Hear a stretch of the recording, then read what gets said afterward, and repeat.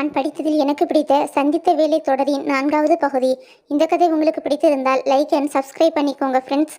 வாங்க இன்றைய பகுதியை வாசிக்கலாம். சாதனா கம்பெனி கணக்குகளை பார்க்க ஆரம்பித்து 2 மாதம் ஆகிவிட்டது. தினமும் மாலை அபியை பார்த்து அன்றைய வரவு செலவுகளை அவனிடம் காட்டி கையெழுத்து வாங்கிய பிறகுதான் வீட்டிற்கு செல்வாள். இதுவரை பார்த்த அளவில் அபியின் மீது அவளுக்கு பெரும் மதிப்பு உண்டாகிவிட்டது. முதலில் இருந்த நிர்வாகத்திற்கும் இப்போது நடக்கும் நிர்வாகத்திற்கும் மலையளவு வித்தியாசத்தை உணர்ந்தாள். பழைய நிர்வாகத்தில் கம்பெனியின் மேல்மட்ட உயர் அதிகாரிகள் மட்டுமே எம்டியை பார்க்க முடிந்தது. கீழ்மட்ட தொழிலாளர்கள் தங்கள் குறைகள் அல்லது தேவைகள் எதுவாகினும் தங்களுக்கு மேல் உள்ள அதிகாரிகளிடம் சொல்ல வேண்டும். அதில் பல விஷயங்கள் அவர்களின் கவனத்திற்கு செல்லாமல் போய்விட்டது. அதில் சாதாரண விஷயமும் அடங்கியது. ஆனால் அபிமன்யு இந்த கம்பெனியை வாங்கியதிலிருந்து மேல்மட்ட கீழ்மட்ட அதிகாரிகள் தொழிலாளர்கள் அனைவரும் அவருடைய குறைகள் தேவைகள் அனைத்தையும் அவனிடம் நேரடியாக கூறினார்கள். அதிலும் அபி அவர்களின் தேவைகள் நியாயமாக இருந்தால் தயங்காமல் உதவி செய்தான். குறைகள் உண்மையாக இருக்கும் பட்சத்தில் உடனடியாக தீர்த்து வைத்தான். அதனால் அவன் தொழிலாளர்கள் மனதில் பல படிகள் உயர்ந்து நின்றான். ஆம், சாதனாவின் மனதிலும் அவன் உயர்ந்துதான் நின்றான். அது அபிமன்யுவிற்கு தொழிலாளர்களிடம் இருக்கும் நல்ல பெயர் மட்டும் காரணமல்ல, அபி செய்த சில செயல்களும் தான். கம்பெனியின் வரவு செலவு கணக்குகளை பார்த்த சில நாட்களிலேயே முதல் முறையாக அபியை நினைத்து சாதனா வியப்படைந்து விட்டாள். ஆம், அபிமன்யு கம்பெனியில் வரும் லாபத்தில் 10% தொழிலாளர்களுக்கும் 40% அனாதை ஆசிரமங்களுக்கும் கொடுத்திருந்தான். அது அவனின் வழக்கம் போல ஆசிரமங்களின் முகவரியை கூறி அவளிடம்தான் பணம் அனுப்ப செய்தான். அதிலும் அந்த ஆசிரமத்தின் நிர்வாகிகளின் நன்றி கடிதமும் குழந்தைகளின் வாழ்த்து அட்டையும் பார்க்க பார்க்க சாதனாவிற்கு பெரும் மகிழ்ச்சி உண்டானது. சாதனாவின் மனதில் தான் உயர்ந்து நிற்பது தெரியாமல் இங்கே அவளிடம் தன் காதலை எப்படி சொல்வது என யோசிக்க தொடங்கினான் அபி. டே அபி, ரொம்ப யோசிக்காதடா. அது எல்லாம் இயல்பா வரணும். அவன் முதல்ல தன்னுடைய கூட்டுக்குள்ள இருந்து வெளியில வரணும். மற்ற ஆட்களோட கலகலப்பா பேசணும். அவன் மனசுல எதுவோ அழுத்திக்கிட்டு இருக்கு. அதுல இருந்து முதல்ல அவ வெளியில வர வைக்கணும். அதெல்லாம் செஞ்சுட்டு தான் அவகிட்ட உன் மனசுல உள்ள காதலை சொல்லணும் என்று தனக்குள் தானே பேசி கொண்டான். இங்கே அபி தனது அறையில் தனக்குள்ளே பேசி கொண்டிருக்க சாதனா கதவை தட்டி அவன் அனுமதி கேட்டு உள்ளே வந்தாள். சாதனாவை பார்த்தவன் உடனே தன் முகத்தை மாற்றிக்கொண்டு என்ன விஷயம் என்று கேட்டான். சார், ரிப்போர்ட் என அவனிடம் அன்றைய கணக்குகளை காட்டினாள். அவன் அதை சரிபார்த்து கையெழுத்திட்டதும் அவனிடம் புன்னகையுடன் நன்றி கூறிவிட்டு சென்றாள். சிரித்த முகமாக சென்றவளை 8வது அதிசயமாக பார்த்து கொண்டிருந்தான் அபி. வீட்டிற்குள் சிரித்த முகமாக வந்த மகளை கண்டு ஆச்சரியமடைந்த மங்கை, என்னடா சாதனா, ரொம்ப சந்தோஷமா இருக்க என்று கேட்ட தன் அன்னையை அணைத்து கொண்டு இன்று அலுவலகத்தில் நடந்ததை சொன்னாள் சாதனா. அதை கேட்ட மங்கைக்கும் மகிழ்ச்சிதான். அதிலும் அந்த குழந்தைகளின் வாழ்த்து அட்டையை பற்றி பேசும்போது சாதனாவின் முகத்தை பார்த்த மங்கை மிகவும் சந்தோஷமடைந்தார்.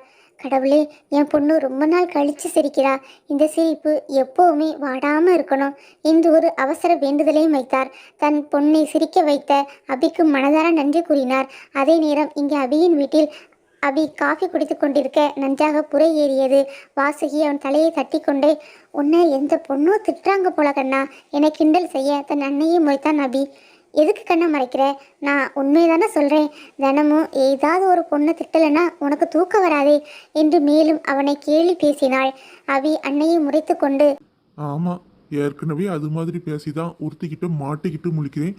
இதுல இன்னொரு பொண்ணா?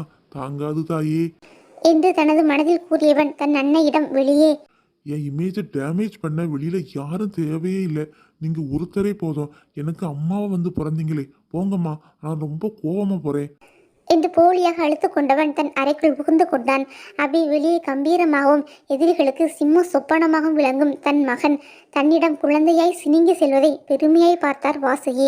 மறுநாள் அலுவலகம் வர வழக்கம் போல பேருந்து நிறுத்தத்திற்கு வந்த சாதனா இன்று பேருந்தில் வழக்கத்தை விட கூட்டம் அதிகமாக இருக்க திகைத்து நின்றாள். அடுத்த பேருந்தில் போகலாம் என்றால் அதற்கு இன்னும் 1 மணி நேரம் ஆகும். அலுவலகம் செல்ல தாமதமாகிவிடும் என்று யோசித்தவள் அந்த கூட்டத்தில் மிகவும் கஷ்டப்பட்டு ஏறிவிட்டாள். அடுத்தடுத்த நிறுத்தத்தில் ஆட்கள் ஏறினார்களே தவிர ஒருவரும் இறங்கவில்லை. கூட்டம் நெருங்க நெருங்க சாதனாவுக்கு மூச்சு முட்டியது. இதை சாக்கிட்டு யாரோ ஒருவர், முன்னாடி போமா என்று கூறி சாதனா இடையில் கை வைக்க போக ஏதோ ஒரு உள்ளுணர்வில் சாதனா விலகி திரும்பி பார்த்தாள். அவளுக்கு பின் ஒரு ஆடவன் அவசரமாக கையை நகற்றி இழுத்து கொண்டிருந்தான். சதவெறி பிடிச்ச மிருகம் என அவனை மனதில் திட்டிக் கொண்டாள். சாதனவாள் முன்பக்கம் நகரவும் முடியாமல் கூட்டம் இருக்க அவளுக்கு பின்னிருந்த கயவன் அவள் மீது மீண்டும் கை வைக்க போக சாதனா அவசரமாக தன் கைப்பையில் இருந்த ஏதோ ஒன்றை எடுத்து தன் இடுப்பு அருகில் வைத்து கொண்டாள். சில நொடிகளில் அந்த மிருகம் அம்மா. என்று கத்தினான். அவன் வலது உள்ளங்கை ஆழமாக வெட்டப்பட்டு இரத்தம் வந்து கொண்டிருந்தது. ஆம், சாதனா கையில் மின்னிக் கொண்டிருந்தது ஒரு சிறிய பேனா கத்தி. அது அவள் கையில் எப்போதும் இடம் பிடித்திருக்கும். அவன் அவளை தொட வரும்போது அவளது உள்ளங்கையில் நன்றாக கீறி விட்டாள் சாதனா. அவன் அலாரம் சத்தம் கேட்டதுமே பேருந்து நின்றுவிட அவன் அவசரமாக கீழே இறங்க போனான். அவனை தடுத்தவன், உன் கை மணிக்கட்டு தப்பிச்சிருச்சு என்று கோபத்துடன் கூறினாள் சாதனா. அவனை முறைத்து பார்த்தவன், நீ தினமும் இந்த பஸ்ல தானே வருவ, உன்னை பாத்துக்கிறேன்டி. என்று கோபமாக கூறிவிட்டு இறங்கினான். போடா என்று அப்பொழுது அலட்சியமாக கூறிக்கொண்டவள் தன்னுடைய நிறுத்தம் வந்ததும் இறங்கினாள். ஆனால் அந்த கையவனின் மிரட்டலை பற்றி யோசித்து கொண்டே வந்தாள். அதன் முகமும் அதில் தெரிந்த கொடூரமும் சாதனாவை சிறிது பயம் கொள்ளத்தான் செய்தது. அதே நேரம் சாதனா வழக்கமாக வரும் நேரத்தை கணக்கிட்டு தன் அலுவலக அறையில் உள்ள ஜன்னலில் அவளை தினமும் பார்த்து கொண்டிருக்கும் அபி அவளின் பயந்த முகத்தை பார்த்துவிட்டு சற்றும் யோசிக்காமல் வேகமாக கீழே இறங்கி வந்து நீரே சாதனாவிடம் என்ன பிரச்சனை? என்று கேட்க வாய் திறந்தவன் அப்போதுதான் தன்னுடைய சுற்றுப்புறத்தை பார்த்தான். அப்போது அலுவலகத்தில் உள்ள அனைவரும் தன்னையே பார்ப்பது போல உணர்ந்தான் அபி. தனக்குள்ளேயே குழப்பத்துடன் இருந்ததால் சாதனா இன்னும் அபியை கவனிக்கவில்லை. அதை பார்த்த அபி, நல்ல வேலை தப்பிச்சேன், சாதனா என்ன பார்க்கல என மனதில் கூறிக்கொண்டான். அப்போது அபி அருகே வேகமாக வந்த பிரபு, சார் என்னாச்சு? ஏன் இவ்வளோ பதட்டமா வேகமா வந்தீங்க? என்று சொன்னவன் அப்பொழுதுதான் சாதனாவை பார்த்தான். ஒரு நொடி என்ன சொல்வது என யோசித்தவன், இல்ல, அங்க ஜன்னல்ல இருந்து பார்த்தப்போ என் ஃப்ரெண்டு போன மாதிரி இருந்துச்சு, அதான். என்று கூற பிரபு அபியை பார்த்து, என்கிட்ட சொல்லியிருந்தா நானே பார்த்துருப்பேனே சார். என்றான். டே, உன் கடமை உணர்ச்சிக்கு ஒரு அளவே இல்லையாடா? என மனதில் அவனை திட்டிக் கொண்டு, இல்ல பிரபு, நான் இவ்வளோ வேகமா வந்தே அவனை பிடிக்க முடியல. இதுல உன்கிட்ட சொல்லி நீ எப்படி அவனை பார்ப்ப? அதான் நான் சொல்லல. சரி வாங்க உள்ள போகலாம் என்று கூறிக்கொண்டு உள்ளே சென்றான் அபி. இவன் போவதையே பார்த்து கொண்ட பிரபு, சார் கொஞ்ச நாளாவே சரியில்லை. என நினைத்து கொண்டான். சிறிது நேரம் கழித்து சாதனா அபியிடம் தொழிலாளர்களுக்கு சம்பளம் கொடுப்பதற்காக பேங்கில் பணம் எடுக்க செக்கில் அபியின் கையெழுத்து வாங்க வேண்டி அவன் இடத்திற்கு வந்தாள். அவனிடம் விவரம் கூறிவிட்டு செக்கை அவனிடம் கொடுத்தாள். அதில் தன் பார்வையை வைத்தவன், என்ன பிரச்சனை உங்களுக்கு? என்று சாதனாவிடம் கேட்டான். அவன் கேள்வியில் திகைத்தவள் சற்றும் பார்க்க, இங்க வேற யாரும் இல்லை, நீங்க நான் மட்டும்தான் இருக்கோம். ஸோ நான் உங்ககிட்ட தான் கேட்டேன். என்று அவளின் முகத்தை பார்த்து கேள்வி கேட்டான். உடனே சாதனா அவசரமாக, இல்லையே, எனக்கு ஒன்றும் பிரச்சனை இல்லையே என்றாள். பின்ன ஏன் செக் புக்கில் 5 லட்சத்துக்கு 50 லட்சம் போட்டு வச்சிருக்கீங்க என்று கேட்டான். ஒரு நொடி அதிர்ச்சியாக நின்றவள் பின் தன்னையே நொந்து கொண்டு அவசரமாக அவனிடம், சாரி சார், ஏதோ ஞாபகத்தில் தெரியாமல் எழுதிட்டேன், இனிமே இது மாதிரி நடக்காது சார் என்று அவரிடம் பல முறை மன்னிப்பு கேட்டு தன் வேறு ஒன்றை எழுதி தருவதாக கூறினாள். அவள் பதட்டத்தை பார்த்த அபி அவளை உட்கார சொல்லிவிட்டு, ரிலாக்ஸ் சாதனா, தவறு செய்கிறது மனித இயல்பு தான். இதுக்காக நான் அவங்கள தப்பாக நினைக்க மாட்டேன் என்று கூறி அவளுக்கு தண்ணீர் குடிக்க கொடுத்தான். மறுக்காமல் குடித்தவனிடம் அபி மீண்டும் அதே கேள்வியை கேட்டான். அவள் அமைதியாக இருப்பதை பார்த்த அபி, இங்கே பாருங்க சாதனா, நீங்கள் பார்க்குற வேலை டென்ஷன் இல்லாமல் பார்க்கக்கூடிய வேலை. இப்படி டென்ஷனாக இருந்தீங்கன்னா இது மாதிரி தப்பு தப்பாக தான் வரும்.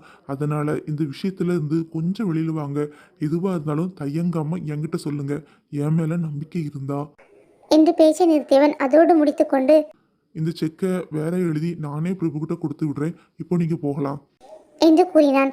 ஒரு நிமிடம் தயங்கி நின்ற சாதனா பின்பு காலையில் பஸ் ஸ்டாப்பில் நடந்ததை கூற, நல்ல விஷயம் செஞ்சுருக்கீங்க என்று அவளை பாராட்டியவன் அவள் முகம் இன்னும் தெளிவில்லாமல் இருப்பதை பார்த்து, வேற என்ன டென்ஷன்? என்று கேட்டான். அப்போது அந்த ரவுடி மிரட்டியதையும் அவள் கூற அனைத்தையும் கேட்டவன், ஓ, என்று சொல்லிவிட்டு சில நொடிகள் அமைதியாக இருந்தான். இப்போ உங்களுக்கு டென்ஷன் குறைஞ்சிட்டா? என்று கேட்டான். நான் என்ன சொல்லிட்டு இருக்கேன், சம்பந்தமே இல்லாமல் இது என்ன கேள்வி என்றபடி அபியை பார்த்தாள்.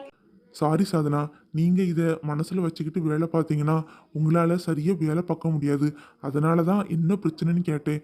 மற்றபடி நீங்களாச்சு அந்த ரவுடி ஆச்சு, இதை ஆஃபீஸ் வரைக்கும் கொண்டு வராதீங்க. இப்போ நீங்கள் போய் வேலையை பாருங்கள் என்றபடி சாதனாவை அனுப்பி வைத்தான். அவன் அறையை விட்டு வெளியே வந்த சாதனாவின் கண்கள் கலங்கியது. மிகவும் ஏமாற்றமாக அவள் உணர்ந்தாள். எதுக்கு இந்த ஏமாற்றம்? அபியிடம் தான் என்ன எதிர்பார்த்தோம் என்பதும் அவளுக்கு புரியவில்லை. மிகவும் கஷ்டப்பட்டு வேலைகளில் கவனம் செலுத்தினாள் சாதனா. இங்கே அபி சாதனா கொடுத்த அதே செக்கை எந்த மாற்றமும் செய்யாமல் பிரபுவிடம் கொடுத்து பணம் எடுத்து வர சொன்னான். சாதனா சரியான தொகையை தான் எழுதியிருந்தாள். அதனால்தான் அவள் செக்கை திரும்ப கேட்கும்போது அவன் அதை அவளிடம் கொடுக்காமல் தானே வேறு எழுதி பிரபுவிடம் கொடுப்பதாக சொன்னான். பின்ன அவகிட்ட போய் உனக்கு என்ன பிரச்சனைன்னு கேட்டால் உடனே சொல்லக்கூடியவடா அவ. அதனால் அவளை எப்படி பேச வைப்பது என்று யோசித்து கொண்டிருந்தவனுக்கு தோன்றியது இந்த எண்ணம்தான். மாலை அன்றே வரவு செலவுகளை ஒரு முறைக்கு இருமுறை சரிபார்த்த சாதனா அபியிடம் கையெழுத்து வாங்க மதுவை அனுப்பினாள். சாதனாவை எதிர்பார்த்த அபி மது வரவும் ஒன்றும் சொல்லாமல் ரிப்போர்ட்டை சரிபார்த்து அதில் கையெழுத்திட்டு அனுப்பினான். மறுபடியும் கண்ணாம்பூச்சி விளையாட ஆரம்பிச்சிட்டியா? டேய் அபி, நீ ரொம்ப பாவண்டா என்று தனக்குத்தாக பரிதாபம் பட்டு கொண்டான் அபி. பின் எப்போதும் போல அலுவலகம் விட்டு சாதனா வெளியேறுவதை ஜன்னலின் அருகே நின்று அவளை பார்த்து கொண்டே இருந்தான் அபி. சாதனா காலையில் நடந்த சம்பவத்தை வேலை மும்மாரத்தில் மறந்தே இருந்தாள். அந்த கையவனை திரும்ப அவள் பார்க்கும் வரை. காலையில் தப்பாக எழுதிய செக்கை பற்றி நினைத்து கொண்டே, ச்சே, எப்படி தப்பாக எழுதுனே, நல்ல வேலை சார் தப்பாக எதுவும் நினைக்கல, எவ்வளோ பெரிய தொகை, அவர் மட்டும் பார்க்காம கையெழுத்து போட்டிருந்தாருன்னா அவ்வளவுதான் என்று தன் போக்கில் யோசித்து கொண்டு இருந்தவளின் கால்கள் அன்னிச்சையாக வழக்கம் போல போகும் பாதையில் நடக்க அவள் மனது வேறு திசையில் பயணித்து கொண்டிருந்தது. பேருந்தில் ஏறி தன் நிறுத்தம் வந்ததும் இறங்கியவள் தன்னை பின்தொடர்ந்து வந்தவர்களை கவனிக்கவில்லை. வேலை முடிந்து வீட்டிற்கு சென்று கொண்டிருந்த சாதனாவிற்கு, ஹேய் நில்லுடி என்று கர்ண கடூரமான குரல் கேட்டது. அந்த குரல் கேட்டு திகைத்தவள் திரும்பி பார்க்க கையில் கட்டையோடு காலையில் அவளுடன் பேருந்தில் வம்பு செய்தவன் நின்று கொண்டிருந்தான். ஒரு நொடி திகைத்த சாதனா மறுநொடி அவனை அலட்சியமாக கடந்து செல்ல நினைத்தாள். அவளால் கடந்து செல்ல முயற்சி மட்டுமே செய்ய முடிந்தது. ஏனென்றால் காலையில் அவன் ஒருவன் மட்டுமே இருந்தான். இப்போது 5 பேரை கூட்டிக் கொண்டு வந்திருந்தான். அந்த 5 பேரும் சாதனாவை சுற்றி நின்று கொண்டிருந்தனர். அதில் ஒருவன், என்ன கண்ணு, ஒரு பொண்ணை அடிக்க 5 பேர் வந்திருக்கோன்னு பார்க்குறியா? ஒன்றை அடிக்க நான் ஒருத்தனே போதும், ஆனால் ஒன்றை அனுபவிக்க என்று அவளை ஒரு மாதிரி பார்த்து வக்கிரமாக சொன்னான். சாதனாவுக்கு இப்போது பயம் வர தொடங்கியது. இருந்தாலும் வெளியே காட்டிக்கொள்ளாமல், டேய் ஒழுங்கா வழியை விடு, காலையில் கையை தான் விட்டுனேன், இப்போ வழி விடலைன்னா உன் முகத்தில் ஆசிடை ஊற்றிடுவேன் என்று மிரட்டினாள். உன் கையால் ஊற்றுன ஆசிட் கூட அமுதமானதான் கண்ணு என்று ஒருவன் தன் முகத்தை காட்டியபடி அவள் அருகில் வர சாதனா பயத்தில் பின்வாங்கினாள். அப்படியா? அவங்க கையால் ஊற்றுன ஆசிடும் அமுதமலையா? அப்போது இந்த சாதனா இதை அந்த நண்பர் மேலே ஊற்று என்று சாதனா கையில் ஒரு பாட்டிலை கொடுத்தான் அபி. தனக்கு மிகவும் பரிச்சயமான குரல் கேட்டதும் சாதனா முகம் வளர்ந்து திரும்பி பார்த்தாள். அங்கே வழக்கமாக எதிரிகளை வீழ்த்தும் போது இருக்கும் புன்னகை முகத்துடன் இருந்தான் அபி. அபியை பார்த்த சாதனாவுக்கு தன் பயமெல்லாம் எங்கோ விலகி ஓடுவதை வியப்புடன் உணர்ந்தாள். எப்பொழுதும் பயம் கொடுக்கும் அவனின் அந்த புன்னகை இன்று எல்லையில்லாத நிம்மதியையும் பாதுகாப்பு உணர்வையும் ஒருங்கே சேர்த்து அவளுக்கு கொடுக்க அவனையே பார்த்தபடி நின்றாள் சாதனா. சாதனாவின் பார்வையை உணர்ந்த அபி, சனா பேபி, என்னடா இப்படி பார்க்குற?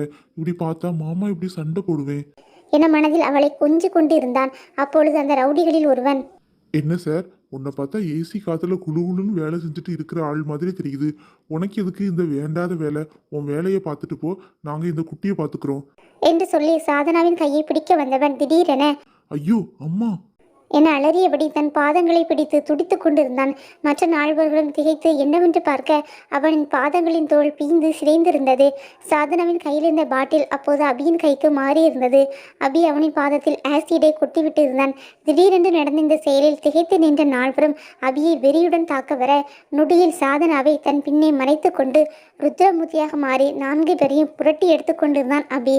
அதில் ஒருவன் மீண்டும் சாதனாவின் கையை பிடிக்க வர அபி அவனின் கையை பிடித்து, ஏற்கனவே ஒருத்தன் அடிபட்டு கிடந்த புத்து வர மாட்டேங்குதுல்ல, எவ்வளவு தைரியம் இருந்தா என் பேபியை கைப்பிடிக்க வருவேன் என்று கோபத்துடன் கூறி அவன் கையை முறுக்கி தலையில் ஓங்கி தட்ட அவன் மயக்க நிலைக்கு சென்றான்.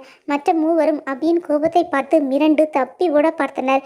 அப்போது அபி பிரபுவை பார்த்து அவர்களை பிடிக்குமாறு கட்டளையிட்டான். அப்பொழுதுதான் பிரபுவும் அவனுடன் இன்னும் சிலரும் இருப்பதை பார்த்தாள் சாதனா. அவன் வேகமாக ஒரு கயிறுடன் வர அவனுடன் இருந்தவர்கள் தப்பி ஓடியவர்களை பிடித்து வந்தனர். இவங்க எல்லாரையும் கட்டி குடோனுக்கு கூட்டிட்டு போங்க என்று கோபமாக உத்தரவிட்ட அபி சாதனாவிடம் திரும்பி, நாம போகலாம் சாதனா, வாங்க என அவனை அழைத்து கொண்டு சென்றான். சாதனா அந்த ரவுடிகளை திரும்பி பார்த்து கொண்டே அபியுடன் சென்றாள். சாதனா, அதான் நான் இருக்கேன் இல்லை, இன்னும் என்ன பயம்? அவங்க இனிமே உங்க பக்கமே வர மாட்டாங்க, அதனால பயப்படாம வாங்க என்று சாதனாவின் பார்வையை உணர்ந்து கொண்டு அபி கூறினான். நான் ஏன் பயப்படணும், அதான் நீங்க இருக்கீங்களே என தன்னை அறியாமல் சாதனா சொன்னாள். அபி அவளை வியப்புடன் பார்த்து, இந்த நம்பிக்கை எப்போதும் என் மேல இருந்தா ரொம்ப சந்தோஷப்படுவேன் என்று கூறி காரை நோக்கி சென்றான். சாதனா ஒரு நிமிடம் அப்படியே நின்று விட்டாள். தன் காரை நோக்கி சென்று கொண்டிருந்த அபி திரும்பி அவளை பார்த்தான். காலையில் பேருந்தில் சாதனாவிடம் தவறாக நடந்து கொள்ள நினைத்தவன் மீண்டும் சாதனாவுக்கு தொந்தரவு செய்ய வர அபி அவளை காப்பாற்றி விட்டான். இருவரும் தங்கள் மனதில் காதலோடு இருக்க தங்களை அறியாமலே அவர்களின் காதலை வெளியே சொன்னனர். இதனை இவர்கள் இருவரும் புரிந்து கொள்வார்களா? சாதனாவின் மனதை அழுத்தி கொண்டிருக்கும் சம்பவம் என்னவாக இருக்கும்?